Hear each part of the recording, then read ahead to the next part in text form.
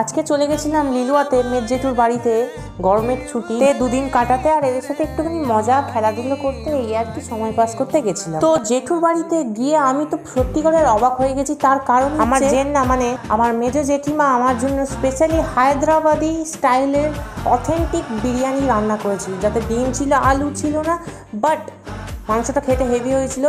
আর তার সাথে ছিল হচ্ছে মাটন কষা, যেটা আমি একটা হেভেন বাইট বসিয়েছিলাম। টেস্টটা জাস্ট অসাধারণ। চিকেন হায়দ্রাবাদি বিরিয়ানি আর তার সাথে মাটন কষা, আর কি চাই। তারপর একটুখানি খাওয়া দাওয়া করে ছাদে চলে গেলাম পাইচারি করতে, মানে একটুখানি ছাদটা ঘুরে দেখতে।